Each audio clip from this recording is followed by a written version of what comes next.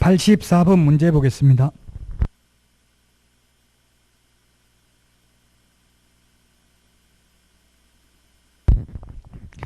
예, 부동산 거래 신고 등에 관한 법률 포상금 우리 암기 프린터는 28번에 있죠. 자, 그러면 이런 거는 그림을 그려놓고 보셔야 돼요. 값과 을이 받는 포상금이고 A, B, C, D 4명입니까? A, B, C, D 4명이죠. E도 있네. E. 자, 먼저 기억에 보니까 거짓으로 해제 신고한 경우는 3천만 원 이하의 과태료고요. 1,000만 원 받았네요. 20%죠. 1,000만 원은 20%니까 200만 원. 200만 원. 그 다음에 니은은 보니까 허가받지 아니하고 계약 체결한 B를 신고하여 그 신고 사건에 대해서 공소 제기되어서 벌금 1억 원이 부과됐다. 벌금 1억 원. 벌금 1억 원 상관없고 50만 원이에요. 허가받지 않거나 부정한 망부로 허가받은 경우, 허가받은 목적으로 사용하지 않는 경우는 포상금 50만 원이죠. 그래서 50만 원. 그 다음에 D것에 보니까 해제 신고를 하지 아니한 C를 신고하였고 신고 간청은 C에 대해서 과태료 500만 원을 부과했다. 근데 그 해제 신고를 하지 않아도 포상금 지급 대상이 아니죠. 해제 안 되는데 해제 신고하면 포상금 지급 대상이지만 해제 신고를 30일 안에 안 해도 500만 원 이하의 과태료지 포상금 지급 대상은 아니라고요. 그 다음에 리얼에 보면은 공동으로 부동산 등 실제 거래가격을 거짓으로 신고한 D를 신고하였고 과태료 1억 원이 부과됐다. 과태료 금액의 20%고 한도액은 1,000만 원이죠. 과태료가 2천만 원 부과됐네요. 근데 한도액이 얼마다?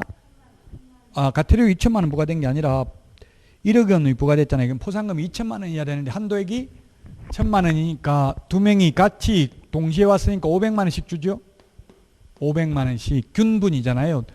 공동으로 신고했기 때문에 균분.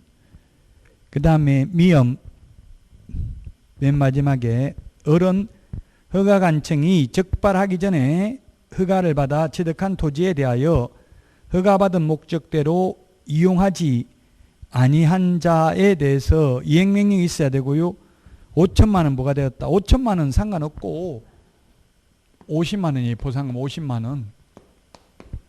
얼마가 부과됐든 허가받지 아니하거나 부정한 방법으로 허가받은 경우, 허가받은 목적으로 사용하지 않는 경우는 포상금이 50만 원이라고요. 우리 암기 프린터 28번에 있습니다. 그러면 값은 700, 을은 600만 원. 답이 4번인데 이런 것만 다 내놓으면 시간이 많이 걸리겠죠. 이런 사례 중심이면.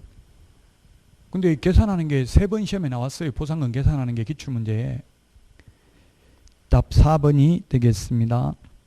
자, 85번 타당한 것은 했는데 1번은 7일 이내에 정보 공개해야 되는데 비공개 요청하지 않는 한 공개해야 됩니다. 반드시 공개해야 된다. X입니다. 비공개 요청하면 공개하면 안 됩니다. 자, 그 다음에 2번은 스스로 발견한 상대방과 직접 계약을 하면 위약금은 없죠. 중개보수도 없습니다. 실비 비용만 줍니다. 그 비용의 한도가 중개보수의 50% 범위 내에서만 인정이 됩니다. 50% 위약금 줘야 된다. 보수 50% 줘야 된다. X입니다. 이게 어디에 있느냐면 전속중개계약서 서식에 있습니다. 서식이 가장 중요한 서식이 확인설명서, 그 다음에가 전속중개계약서, 그 다음에 세 번째 중요한 게 부동산 거래 신고서 서식. 세 개는 좀 봐야 돼요. 읽어봐야 돼요. 서식이 수없이 많지만 다 볼 수는 없지만 그 세 개는 꼭 좀 보셔야 됩니다. 자, 3번은 위약금인데 유효기간 내에 의뢰인이 전속을 맺은 개업공개사가 아닌 다른 개업공개사에게 중개를 의뢰하여 거래가 이루어진 경우에는 그가 지불하여야 할 중개보수에 해당하는 위약금을 줍니다. 그가 지불하여야 할 중개보수. 자, 값과 갑과 을이 전속 중개계약을 맺었습니다. 전속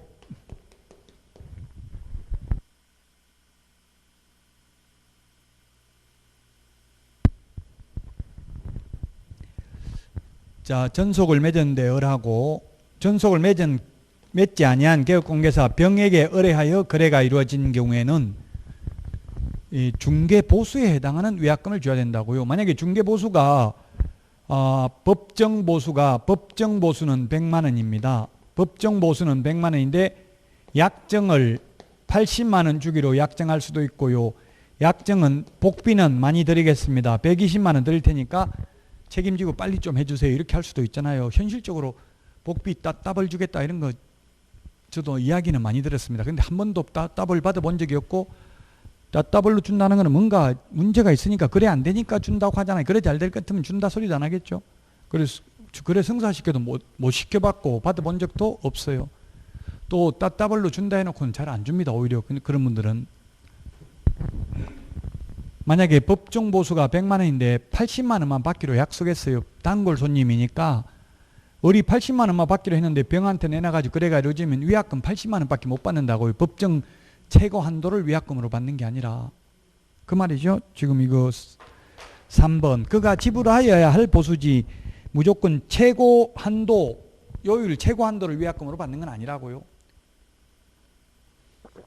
만약 법정 보수가 100만 원인데 120만 원 받기로 약속했으면 위약금 100만 원만 받는 거죠. 그 다음에 4번은 정보망 또는 일간신문입니다. 시험에 출제됐습니다. 정보망과 일간신문이 아니라 정보망 또는 일간신문 기출문제 이렇게 출제됐다고요. 답은 5번입니다. 2주일에 1회 이상 업무처리 사항을 문서 동그라미 하십시오. 문서로 통지해야 됩니다. 민법에서 문서로 해야 된다. 무조건 X입니다. 서면으로 해야 된다. 무조건 X. 민법 시험은. 근데 우리 공인중개사법에는 문서로 해야 되는 게 많이 있습니다. 그래서 5번이 답이고요.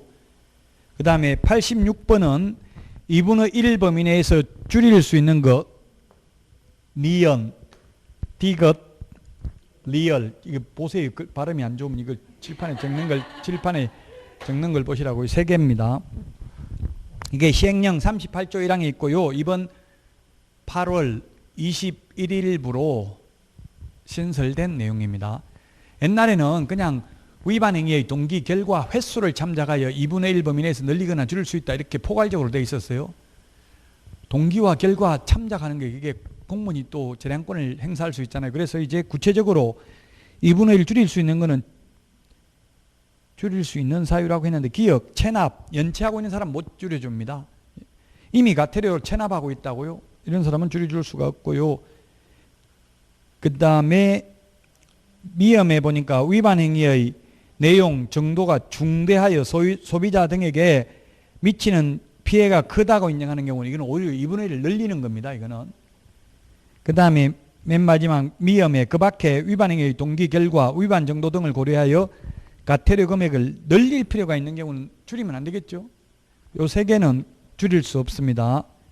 나머지는 2분의 1 줄여줄 수 있습니다. 니은의 위반 행위가 사소한 부주의나 오류 등 과실로 인한 것으로 인정되는 경우 이거는 8월 21일 날 신설됐기 때문에 우리 교과서에서는 본 적이 없습니다. 디귿의 위반 행위자가 법 위반 행위를 시정하거나 해소하기 위하여 노력한 사실이 인정되는 경우 리얼 그 밖에 위반 행위의 정도, 동기와 그 결과 등을 고려하여 과태료 금액을 줄일 필요가 있다고 인정되는 경우 답 3번입니다. 그 오늘 내드린 거 개정된 문제에도 있어요. 똑같은 문제 이거 있어도 답만 찍지 말고 다시 한번 읽어봐야 돼. 똑같은 문제 내면 그냥 답만 찍어버리면 의미 없어요. 실제 시험에 똑같은 문제 하나도 안 나옵니다. 다 읽어봐야 돼요. 그 40문제를 해설하고 제가 답을 분리해서 드렸으니까 먼저 풀어보고 전혀 모르면 답하고 같이 보고요. 좀 어느 정도 내용을 알면 풀어보고 틀리보고 해설을 확인해보고 이게 더 기억에 오래 남을 수 있어요. 반드시 시험에는 출제됩니다. 개정된 내용이. 그래서 86번에 3번이고요. 87번에 자격증 4번을 첨부해야 하는 경우 답 2번이고요. 4번, 5번입니다. 우리 암기 프린트 51번, 51번에 4번, 5번에 있죠? 1번부터 3번은 제출 안 하잖아요. 암기 프린트 51번. 등록 신청, 분사무소 설치 신고, 소속 공개사 고용 신고는 자격증 4번 제출하지 않습니다. 답 2번입니다. 87번에. 88번. 직가 동향의 조사 등에 관한 설명으로 틀린 것은 아직 시험에 나온 적은 없습니다. 이 문제가 나온 적은 없지만 이게 2017년도에 도입됐기 때문에 나올 가능성이 있기 때문에 다양한 걸 봐야 됩니다. 작년에 부동산 거래 신고 등에 관한 법률이 사이드에 있는 게 출제됐어요. 중요한 게 아니라, 중요한 내용이 아닌 게. 자, 1번 국토교통부 장관이나 시도지사는 토지거래 허가 제도를 실시하거나 그 밖에 토지 정책을 수행하기 위한 자료를 수집하기 위하여 지가 동향과 토지거래 상황을 조사하여야 한다. 맞습니다. 2번 국토부 장관은 연 1회 이상입니다. 연 1회 이상인데 월 1회 이상, 분기별로 1회 이상 이런 식으로 말 바꿀 수 있겠죠. 3번 국토부 장관은 필요한 경우에는 한국감정원법에 따른 한국감정원의 원장으로 하여금 매월입니다. 매년이 아니라 매월 1회 이상 지가동향, 토지거래 상황 및 그 밖에 필요한 자료를 제출하게 할 수 있다. 이 경우 실비의 범위에서 그 소요비용을 지원해야 됩니다. 4번 시도지사는 관할구역 안의 토지거래 상황을 파악하기 위하여 매월 1회 이상이 아니라 분기별로 1회 이상 개괄적 로 실시하는 개황조사를 해야 됩니다. 개황조사라는 것은 분기별로 1회 이상 실시하는 게 개황조사입니다. 5번 시도지사는 개황조사를 실시한 결과 등에 따라 허가구역의 지정 요건을 충족시킬 수 있는 개연성이 높다고 인정되는 지역에 대하여 지가 동향 및 토지거래 상황을 파악하기 위하여 매월 1회 이상 지역별 조사를 실시해야 됩니다. 개황조사는 분기별로 1회 이상, 지역별 조사는 매월 1회 이상 실시하는 조사입니다.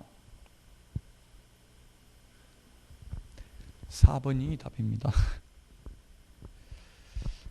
여러분들은 이제 뭐 여러 과목 다 하니까 좀 어려울 수는 있겠죠. 계속 반복하면 됩니다. 암기 프린터 이거 한번 적어보는데 6시간 걸린대요. 한번 적어보세요. 매주 한 번씩만 적으면 80점 이상 나온다고요. 네, 매주에서 2차만 하잖아요. 6시간 뭐 충분하죠. 그게 적어보는 게. 네? 네. 그래도 알아도 자꾸 적어봐야 돼요. 지금 뭐 80점 나오든 90점 나오든 지금부터 시험 볼 때까지 하나도 안 해버리면 또 다 잊어먹어요. 계속 반복해야 돼요. 다 적어보기 힘들면 오늘 관련된 문제와 나와 있는 내용이라도 적어보라고요. 아니면 꼭 시간이 없으면 읽으라도 보시고요. 자꾸 반복할 수밖에 없어요. 88번의 답 4번이고요. 89번 상가건물 임대차 보호법입니다. 1번 상가 임대차에 관한 분쟁을 조정하기 위하여 대한법률구조공단에 분쟁조정위원회를 둔다. 시도에는 둘 수 있다. 이렇게 되어 있습니다. 주택임대차 분쟁조정위원회하고 똑같습니다. 다만 조정하는 사항이 다릅니다. 상가는 권리금 분쟁을 조정할 수 있는 게 차이점입니다. 2번은 전통시장 및 상점과 육성을 위한 특별법에 따른 전통시장은 권리금 적용 제외 대상에서 제외한다. 적용 제외 대상에서 제외한다. 말 이거 제가 만든 건 아닌데요. 그대로 그 개정 이후에 적어 놓은 거예요. 적용 제외 대상에서 제외한다는 말은 권리금 적용 대상이 된다는 말이죠. 전통시장은 유통산업발전법에 의한 대규모 점포, 준대규모 점포는 일정 규모 면적이 넘으면 적용이 안 돼요. 근데 전통시장은 뭐 3,000제곱미터 이런 기준이 있는데 그 기준은 시험에 안 나오니까 어쨌든 그 기준이 전통시장 3,000제곱미터 넘을 수도 있잖아요. 그래도 전통시장은 적용해준다. 권리금 회수기회를 보장해준다는 이야기입니다. 자, 그 다음에 3번은 권리금 회수기회는 임대차 기간 끝나기 6개월 전부터 1개월 전까지가 아니라 6개월 전부터 임대차 기간 끝날 때까지죠. 끝날 때까지 새로운 세입자 데리고 와서 주인한테 이 새로운 세입자와 임대차 계약 체결해 주십시오. 제가 새로운 세입자한테 권리금 받겠습니다 하면 정당한 사유 없이 거절하지 못한다는 이야기입니다. 물론 거절할 수 있는 예외가 엄청나게 많기 때문에 사실상 받기는 어렵습니다. 주인이 못 받아가게 하려고 맘먹으면.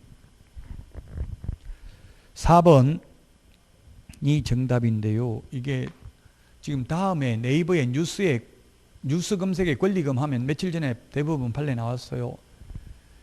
임대차 기간이 옛날에 지금 이게 4번 문제는 제가 판례를 그대로 해놨기 때문에 구상가금을 임대차 보호법이라고 되어 있잖아요. 현이 아니고 구. 그건 뭐냐면 옛날에는 5년이었잖아요. 지금은 10년으로 바뀌었잖아요. 5번에 있는 것처럼. 그 5년이 옛날 5년일 때 5년 지났으니까 그냥 나가라. 미용실이었어요. 그 지금 최근에 그 어제 한 며칠 전에 나온 것 같은데 대부분 판례. 미용실이었는데 이제 5년 끝났으니까 그냥 나가라고 했어요. 근데 소송했는데 대법원까지 가는데 1억 9천 손해배상 하라고 했어요. 권리금 회수기회 안 줬다고 주인한테. 미용실이 그렇게 권리금이 많나 봐요. 권리금 2억 장사 잘 되면 그래요. 2억 8천에 새로운 세입자가 들어오기로 했는데 주인이 거부해가지고 그냥 계속 장사한 거예요. 그러니까 주인은 월세 달라고 한 거예요. 월세는 줘야 돼, 안 줘도 돼요. 그 줘야 되죠. 계속 했으면. 그 월세는 주고 또 권리금 회수기회 보장해주지 않은 것에 대한 손해배상은 1억 9천인가 해주라고 판결 나왔어요. 그 1억 5천이라고요? 9천 아니고? 뉴스 검색하니까? 뭐 시험에 뭐 1억 5천인지 9천인지까지는 안 나오는데 어쨌든 제가 대략적으로 보기에는 1억 9천으로 나온 것 같던데 그 1억 5천 그거는 월세 밀린 거 주라는 게 1억 5천이에요. 뒤에 읽어보면 다 끝까지 읽어봐야 돼. 그 길게 돼 있잖아요. 지금 판례가. 그 월차임 밀린 거 준 게 한 1억 5천인가 되고 모르겠어요. 1억 5천은 뭔지 모르겠는데 어쨌든 결론은 그래. 계약기간이 10년이든 100년이든 어쨌든 권리금 회수기회는 보장해 줘야 된다고요. 이제 10년 지났으니까 그냥 나가라 이렇게는 못한다는 이야기예요. 결론은. 권리금 회수기회는 무조건 줘야 된다고요. 100년이 지났든 10년이 지났든. 답 4번이고요. 90번. 경험할 수 있는 것 중요하죠. 우리 암기 프린트 24번에 있고요. 부동산의 이용 개발 거래에 관한 상담할 수 있고요. 2번이 답이네요. 공인중개사를 대상으로 하는 게 아니라 개업공개사를 대상으로 하고요. 3번은 주택법상 사업계획 승인 대상이 아닌 것 분양대행 가능하고요. 만약에 시험에 사업계획 승인 대상인지 아닌지 말없이 그냥 주택상가 분양대행 해도 된다고 그냥 해석해야 될 거예요. 근데 시중에 있는 문제나 또는 다른 선생님들 강의하는 거 보면 사업계획 승인 대상인 것도 가능하다 이렇게 강의하는 분도 많이 계시더라고요. 안 됩니다. 그건 왜 안 되냐면 우리 공인중개사법에 의해서 안 되는 게 아니라 주택법 54조 2의 2항에 보면은 사업계획 승인 대상인 거는 분양대행을 할 수 있는 게 등록사업자, 그 다음에 건설산업기본법에 의한 건설업자, 그 다음에 도정법에 의한 정비사업 전문관리업자, 그 다음에 부동산 개발업의 관리 및 육성에 관한 법률에 의한 등록사업자, 그 다음에 다른 법률에 따라 등록하거나 인가 또는 허가받은 자로서 국토부령으로 정하는 자만 분양대행을 할 수 있다. 이렇게 해가지고 주택법 54조의 2항에 있습니다. 그 주택법에 의해서 안 된다고요. 그 인터넷에 치봐도 나와요. 그 주택법상 사업계획 승인 대상인 거 분양 가능하냐 이렇게 길게 적어보면 검색하면 많이 나와요. 뉴스에도 많이 나왔어요. 안 된다고 국토부에서도 밝혔어요. 근데 뭐 다른 학원의 선생님들도 심지어 모든 주택상가 다 된다 이렇게 하는 분들도 계시더라고요. 그 시험에는 사업계획 승인 대상이냐 아니냐 이렇게 잘 안 나왔다는 얘기죠. 그렇게 모르고 강의를 한다는 거는. 어쨌든 엄밀히 보면 사업계획 승인 대상인 건 안 돼요. 30호 30세대 이상인 거는. 공인중개사법이 아니라 주택법 54조 2의 2항에 있습니다. 저는 옛날에 개인적으로 시험 볼 때 공법이 최고 쉽더라고요. 저는 10회 때 1999년도 자격증 땄는데요. 그 당시는 공법을 어렵게 안 냈어요. 요즘은 사이드에 있는 게 많이 나와요. 별로 중요하지 않게 생각하는 게. 근데 공법은 논란의 여지는 없죠. 왜냐하면 다 법조문에 열거되어 있는 것 중에서 내니까. 어렵긴 어려워도 논란의 여지는 없어. 내용이 많으니까 어려울 뿐이죠. 또 자주 바뀌고 이러니까. 답 2번이고요. 4번 민사집행법에 의한 경매, 국세징수법 그 밖의 법령에 의한 공매대상 부동산에 대한 권리분석 및 취득할성과 매수신청 대리, 입찰 대리 할 수 있는데 경매, 민사집행법에 의한 경매부동산 매수신청 대리, 입찰 대리 할 때만 매수신청 대리인 등록을 해야 되고요. 한국자산관리공사 압류부동산 공매만 입찰 대리 할 때는 매수신청 대리인 등록 안 해도 됩니다. 또 경매부동산에 대한 권리분석이나 취득 알선만 하는 경우에도 매수신청 대리인 등록 안 해도 됩니다. 이 겸업하고 받는 수수료는 중개보수가 아닙니다. 많이 받아도 됩니다. 5번 건축물의 분양에 관한 법률에 따른 분양신고 대상이 아닌 상가 분양대행은 가능합니다. 아닌 그게 분양신고 대상인 거는 오피스텔 30실 이상인 거는 분양신고 대상이거든요. 그럼 공개 분양을 해야 된다는 이야기예요. 그런 거는.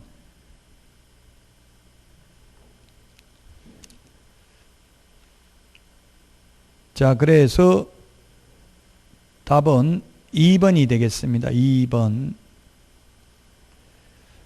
91번 옳은 것은 했는데 해제신고 30일 안에 안 하면 거래 당사자 500만 원 이하가 들입니다. 2번에 개업공개사는 해제신고 하여야 한다가 아니라 할 수 있다. 안 해도 처벌 규정이 없다. 그 다음에 소속공개사가 해제신고서 제출 대행할 수 있습니다. 부동산 거래 신고서도 제출만 대행할 수 있는 거지 작성을 대행할 수 있는 건 아닙니다.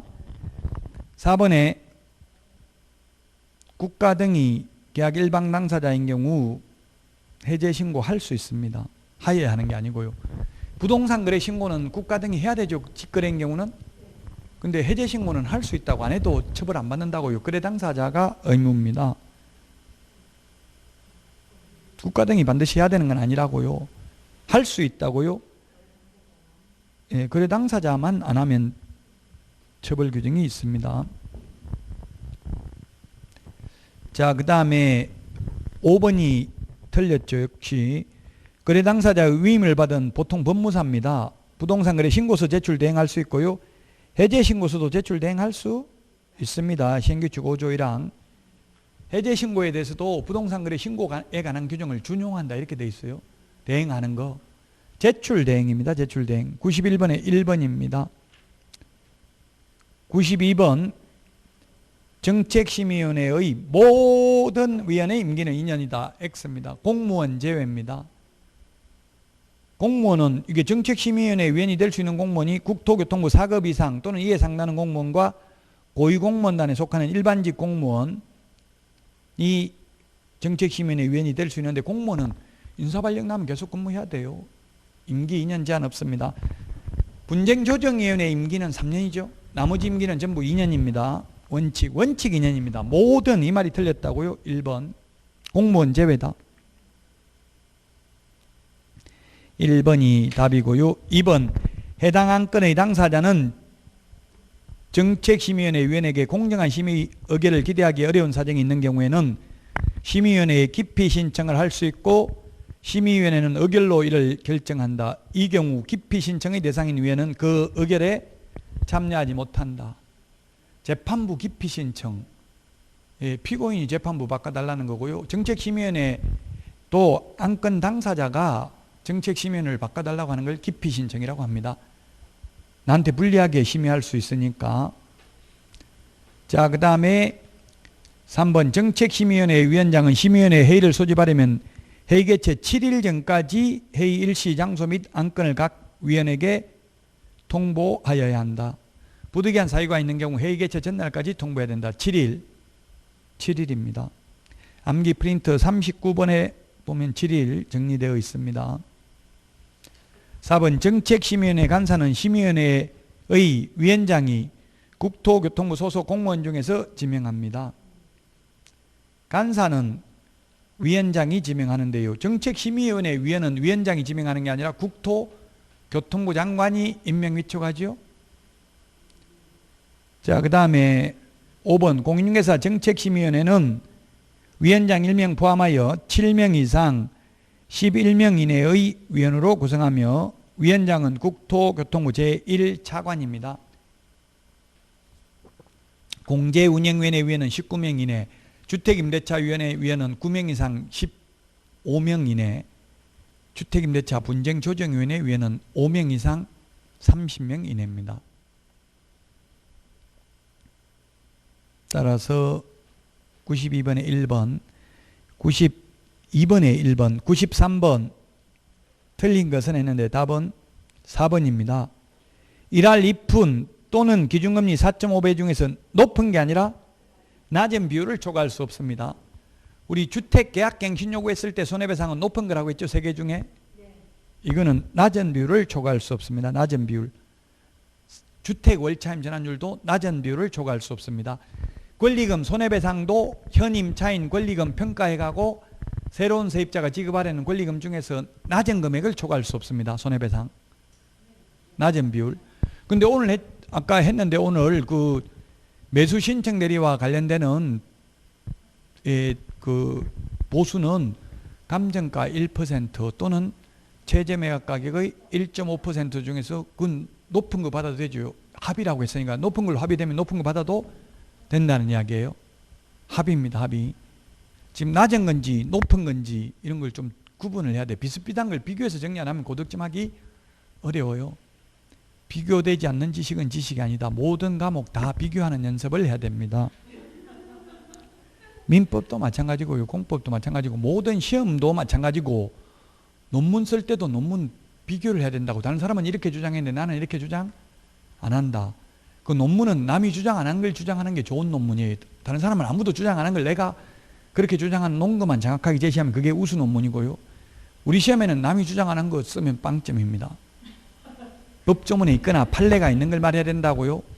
논문은 법조문에 있는 거나 판례 쓰면 최하 논문입니다. 남이 주장하는 거 하는 그건 그냥 논문이 아니에요. 그런 거는 남이 주장 안 한 걸 해야 되지만 시험은 절대 남이 주장 안 하는 걸 학설 주장하면 안 되죠. 제가 논문 쓸 때 그 판례에 의하면 이런 말 썼다가 교수한테 엄청나게 요구 넘어서 판사들 내가 다 가르친 애들인데 그런 애들 말은 듣고 내 말은 한마디도 안 적어놨네 해가지고 그냥 X가 안 된다고 그냥 바로 바꾸시키더라고요. 그래서 그 다음 논문에 존경하는 교수님 견해에 의하면 이렇게 적었더니 잘 썼네 이렇게 하더라고요. 그래가지고 좋아하시더라고요. 그러니까 이게 우리 시험은 근데 교수님 아무리 존경하는 교수님 말 들으면 안 되고 무조건 판례 판사 말 들어야 되죠. 학설은 시험에 안 나옵니다. 93번에 답 4번입니다. 자, 그 다음에 거기 중대항과실 4번 나온다고 했죠. 중대항과실 4번 3번에 중대항과실. 그 다음에 그 93번에 1번 일시사용을 위한 임대차임이 명백한 경우 주택상가금융임대차보법 모두 적용하지 않습니다. 자, 그 다음에 계약기간 끝나도 주인이 돈 안 돌려주면 계속 사용을 할 수 있는데 그 대신에 사용했다면 차임은 지급해야 되죠. 공짜로 있는 건 아니고요. 답 4번이고 5번 상가 건물을 임차하고 사업자 등록을 마친 사업자가 임차 건물의 전대차 등으로 당해 사업을 개시하지 않거나 사실상 폐업한 경우 상가 건물 임대차 보호법상 적법한 사업자 등록이라고 할 수 없다. 사업자 등록을 한 다음 날부터 내항력이 생기죠. 사업자 등록 신청한 다음 날부터. 근데 그 사실상 폐업했다면 새로 사업자 등록을 신청한 다음 날부터가 되겠습니다. 저도 지금 제가 옛날에 중개업할 때 사업자 등록을 아직도 말소 안 하고 그대로 가지고 있어요.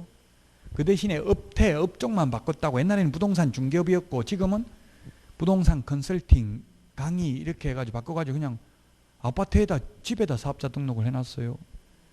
인허가를 안 받는 거는 뭐 출장 마사지샵 이런 거는 집에다가 사업자 등록해도 돼요. 제가 그걸 몰랐는데 외국인 창업 지원 강의하려고 이제 공부를 해보니까 그렇더라고요. 집에서 사업자 등록이 가능한 업종이 많더라고요.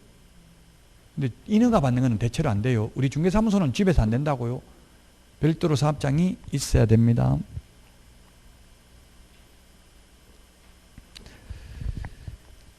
자, 그래서 답은 4번이 되겠고요. 94번 94번도 아직까지 시험에 출제된 적은 없습니다. 근데 2017년도에 신설된 내용이니까 나올 가능성을 배제할 수는 없습니다. 94번에 1번 국토교통부 장관은 국토교통부 장관 또는 시장군수구청장은 적절한 부동산 정책 수립 및 시행을 위하여 부동산 거래 상황, 외국인 부동산 취득 현황, 부동산 가격 동향 등 이 법에 규정된 사항에 관한 정보를 종합적으로 관리하고 이를 관련 기관, 단체 등에 제공할 수 있습니다. 2번 부동산 거래 신고 내용을 조사한 경우 신고관청은 조사 결과를 시도지사에게 며칠 이내에 보고하라는 말은 없습니다. 그냥 보고해야 됩니다. 우리 암기 프린터는 50번에 동그라미 3번에 있나요? 50번에 동그라미 4번에 있네요. 50번에 동그라미 4번. 50번에 동그라미 4번.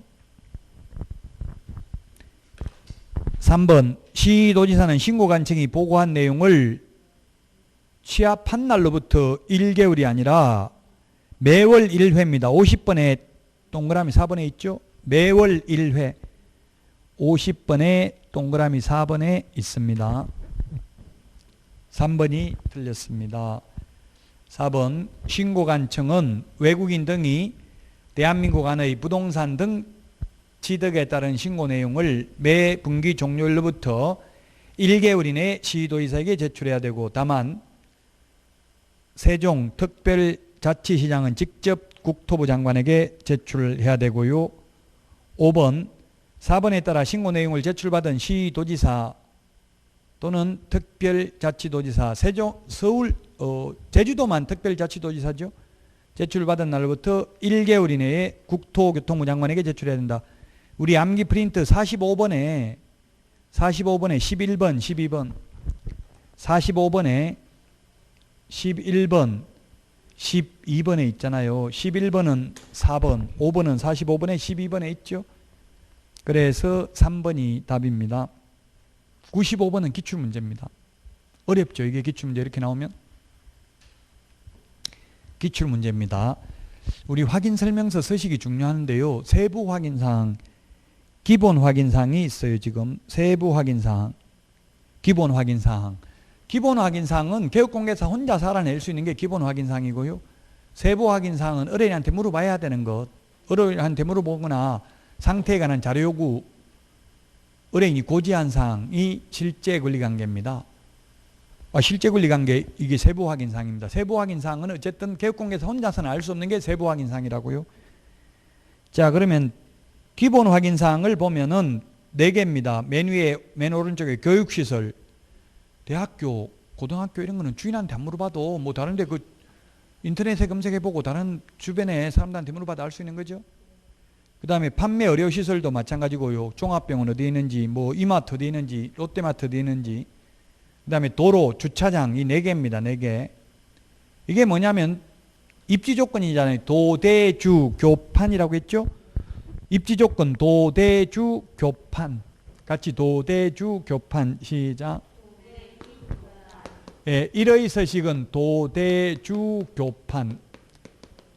이게 입지조건이고요. 2의 서식은 도대주, 3의 서식은 도대, 4의 서식은 해당 사항이 없다. 4의 서식은 입지조건 안 적는다. 입지조건은 주인한테 안 물어봐도 알 수 있다고요. 그래서 도로와의 관계, 대중교통, 주차장, 교육시설, 판매, 의료시설입니다. 이게 기본 확인사항입니다. 그 지금 하나 빠졌네요. 도대주 교판. 뭐가 빠졌어요? 도대주. 대중교통. 대중교통 없으니까 4개밖에 없네요. 기본 확인사항은. 그 외에 다 세부 확인사항입니다. 소방. 소방이 뭐가 있어요? 1의 서식의 경우는 단독 경보용 감지기 설치되어 있는지 여부 아파트 제외하고 2의 서식은 소화전 비상벨. 그 집에 안 들어가 보면 모르잖아요. 주인이 있는지 없는지 말해줘야 알잖아요. 그 세부 확인사항. 배수 물 잘 빠지는지는 그 주인이 말 안 하거나 집에 안 들어가 보면 모르죠. 소음, 뭐 시끄러운지 그 집에 들어가 봐야 알겠죠. 진동이 있는지도 마찬가지고 수돗물 잘 나오는지 일조량이 뭐 햇빛이 잘 들어오는지 주인이 안 알려주면 모르잖아요. 열 공급 뭐 쓰는지 열급 방식 중앙 집중식인지 뭐 개별 난방인지 주인이 말해주거나 들어가 봐야 알죠. 세부 확인사항, 도배 깨끗한지 도배가 필요한지 세부 확인사항이라고요. 그 집에 안 들어가 보면 모르잖아요. 몰래 들어가 보면 된다 이러던데 몰래 들어가면 도둑놈이에요. 몰래 들어갈 수는 없어요. 주인이 들어오라고 해야 들어갈 수 있어요. 몰래 들어가면 도둑놈이라는 말은 제가 취소하겠습니다. 도둑놈은 아니고 주거 침입죄에 해당돼요. 몰래 들어가도 훔치지만 않으면 도둑놈은 아니죠. 근데 안 훔치도 주거 침입죄에는 해당돼요. 몰래 들어가면. 주인이라도 세입 그런 거 최근에 판례 있어요. 뭐 월세를 안 냈는가 이렇게 했나 보더라고. 세입자가 여자분 혼자 사는 데인데 원룸에 주인이 그냥 비밀번호나 이런 걸 바꿔버렸어요. 세입자 못 들어가게. 그래가지고 주거 침입죄로 주인이 벌금 500만 원 받았어요. 아마 뭐 세입자가 조금 위반은 했나 봐요. 뭐 무슨 강아지를 키웠는가 정확하게는 모르겠어요. 아니면 월세를 안 냈거나 이런 게 했어요. 그러니까 주인이 열받으니까 비밀번호를 바꿔버린 거예요. 그냥 열쇠를 바꿔버려서 못 들어가게. 자기 집 못 들어간 세입자가 그 주거침입죄로, 그건 뭐 훔친 건 없으니까 주거침입죄로 주인이 처벌받았다고요. 근데 엄청나게 여자분은 공포심을 느꼈을 가능성이 많잖아요. 혼자 사는데 주인이 들어가지고 그냥 열쇠를 바꿔버리면, 자물쇠를 바꿔버리면 무섭죠. 또 들어올 수도 있겠다 이런 생각이 들 수 있잖아요. 그래서 주인이 처벌받았어요.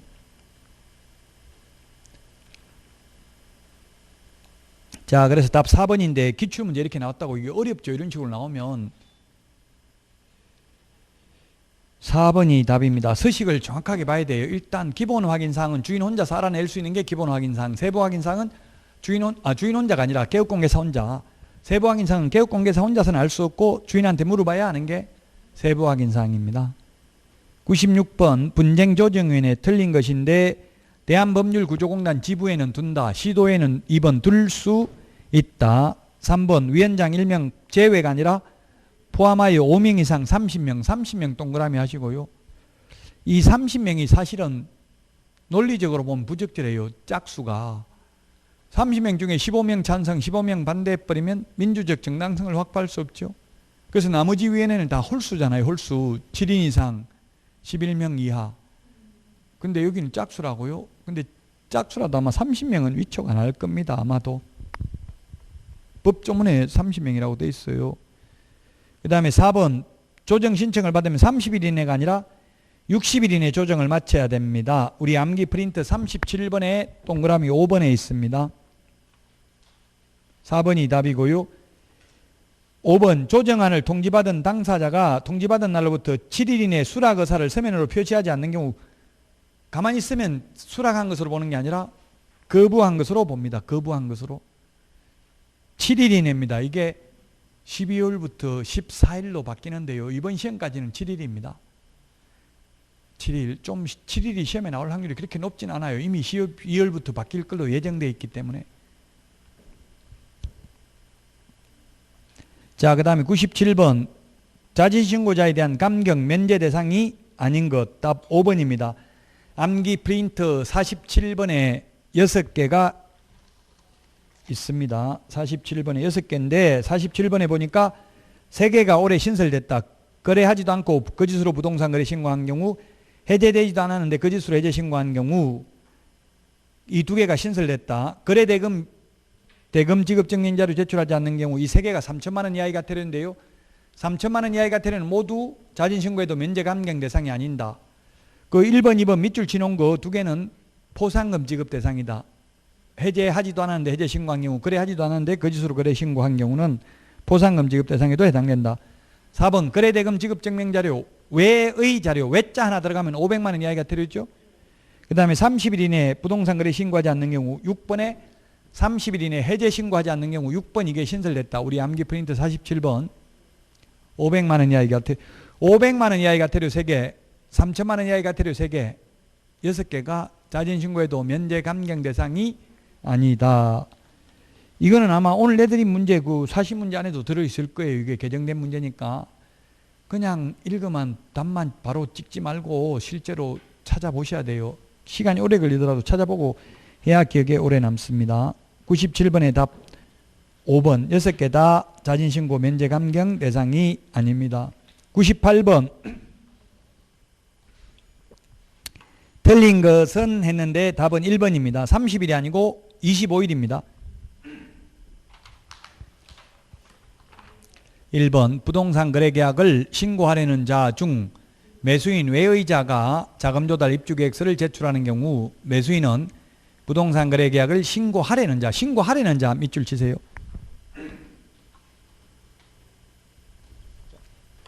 신고 간청이 아니고 누구라고요? 신고하려는 자에게 계약 체결로부터 30일이 아니고 25일 이내에 자금조달 입주계획서를 제출해야 됩니다. 그래야 25일 안에 받아가지고 30일 이내에 부동산 거래 신고할 때 이걸 입력해야 되거든요. 자료 받아가지고 서류를 신고관청에 제출해야 되는 게 아니고 개업공개사가 입력하면 돼요. 빈칸에다가. 그러면 만약 개업공개사는 그냥 이게 명문규정은 없는데 사무소에 보관하고만 있으면 되겠죠. 나중에 잘못 입력했는지는 그 받은 서류하고 다르면 개업공개사가 문제지만 그대로 입력했는데 실체와 부합하지 않는 것, 돈 대출 받았다고 했는데 대출 안 받았으면 개업공개사 책임은 아니라고. 그러니까 사무소에 그냥 보관하고 있으면 돼. 받은 자료는 입력만 하면 돼. 인터넷에 빈칸에다가. 30일이 아니고 25일. 옛날에 50일이었죠. 작년에 50일에서 올해 25일로 바뀌었습니다. 올해 처음 공부하시는 분은 괜찮은데 작년에 했던 분이 더 어려워요. 이거 알고 있던 거 잊어먹어야 되니까. 작년에 50일 기억 안 나요? 안 해서 몰라요.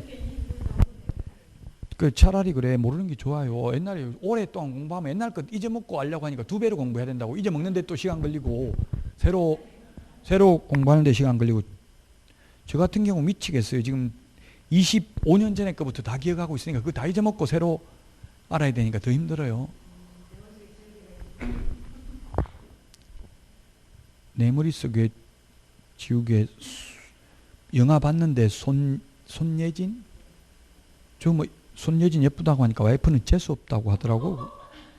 너무 여자가 보는 여자와 남자가 보는 여자는 달라요. 남자들은 그냥 남자 앞에서 어머나 막 오빠 이러면 그냥 좋아하고 여자들은 또 그렇게 안 보니까 서로 달라요. 똑같진 않아요.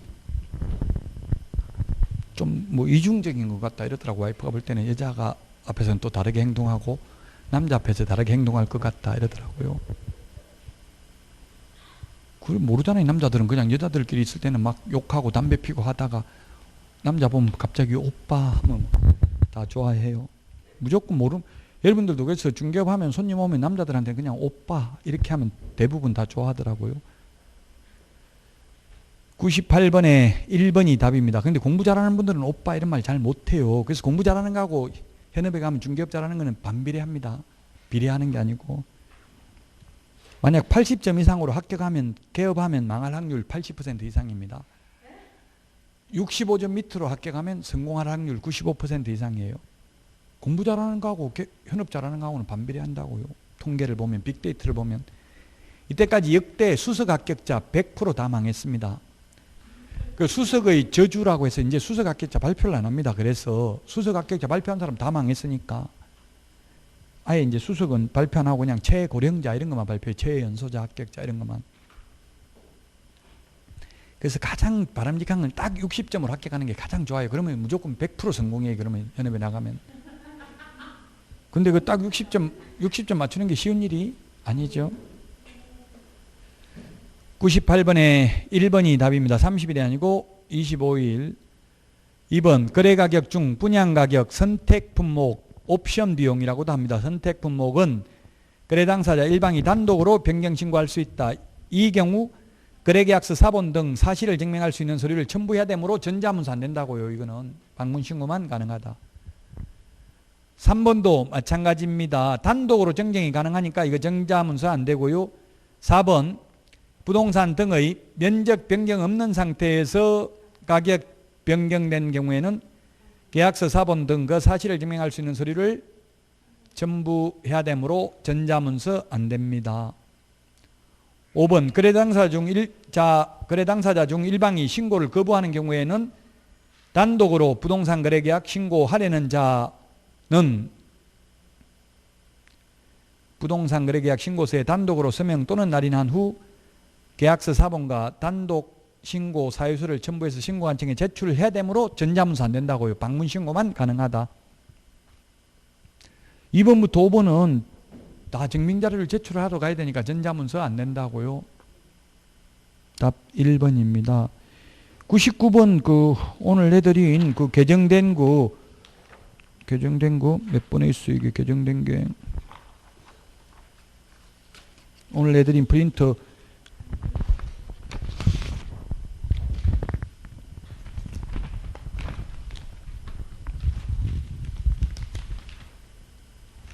14번에 있네. 14번에 있는 거거든요. 그래서 답은 4번입니다. 99번에 4번. 그 14번의 표, 이게 뭐 시험에 그렇게 자주 나오진 않지만 올해 신설된 내용이니까 한번 좀 살펴볼 필요가 있겠죠. 물론 구체적 기준 시험에 나온 적이 있어요. 법률에는 500만 원 이하인데 올해 신설된 게 가나다가 구체적 기준도 개별 기준도 500이에요. 제가 와이프한테 이게 교정을 보라 하고 제가 보는 것보다 남이 봐야 오타를 잘 알거든요.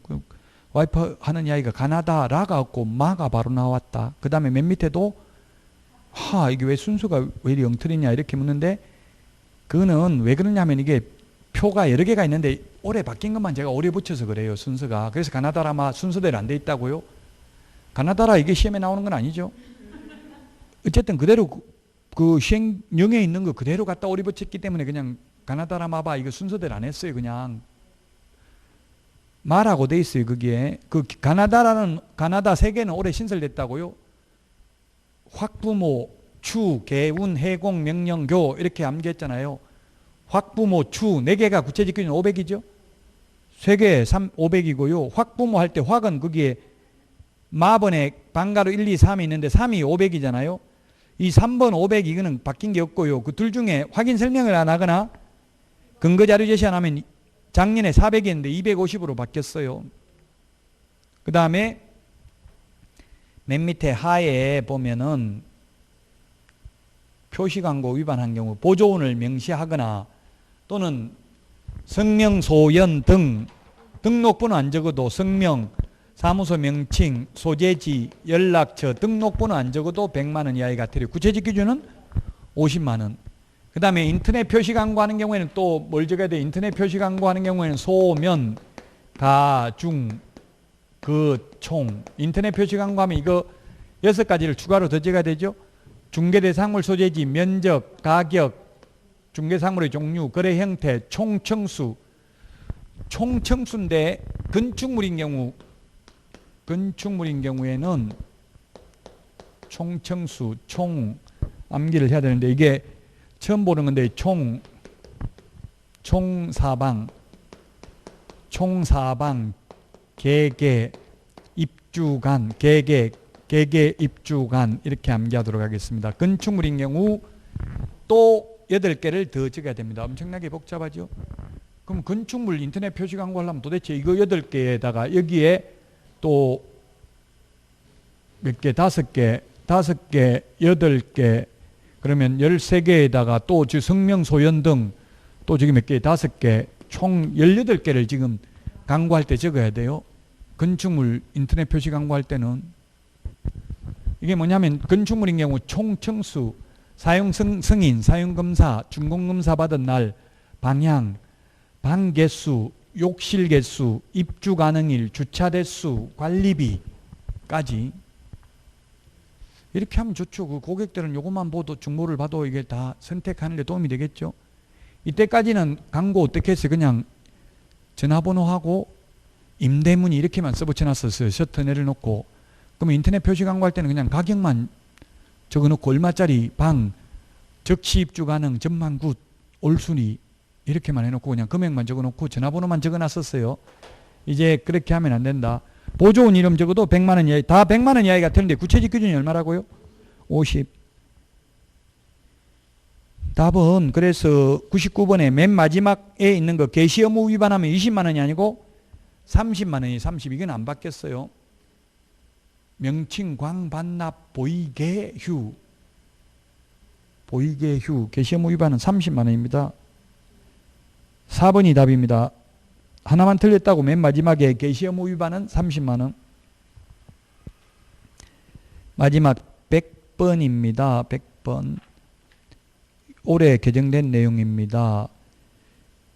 자, 1번은 올해 개정된 건데 오늘 내드린 문제에도 있어요. 정축, 신축, 개축, 재축을 한 외국인이 6월 이내 신고 안 하면 100만 원 이하의 과태료 올해 신설됐고 1번, 2번 맞고요.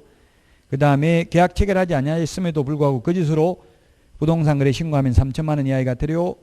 4번 해제되지 아니하였음에도 불구하고 해제 신고하면 3천만 원 이하의 과태료. 5번이 답인데 6억 초과가 아니라 6억 이상입니다. 6억 이상. 비규제 지역은 6억 이상. 요거는 그대로예요. 지금 현재도 6억 이상, 앞으로 10월 달부터 바뀔 것도 6억 이상 그대로예요. 이거는. 조정 대상 지역이나 투기과열지구는 3억 이상이었는데 그 금액이 삭제된다고요. 10월 달부터. 그 다음에 9억 초과하는 경우 투기과열지구에서 증빙자료 제출하는데 9억이라는 금액도 삭제될 예정이라고 시험 보기 전에. 그래서 5번이 답입니다. 6억 초과가 아니라 6억 이상이 되겠습니다. 6억 이상. 100번에 5번이 답입니다.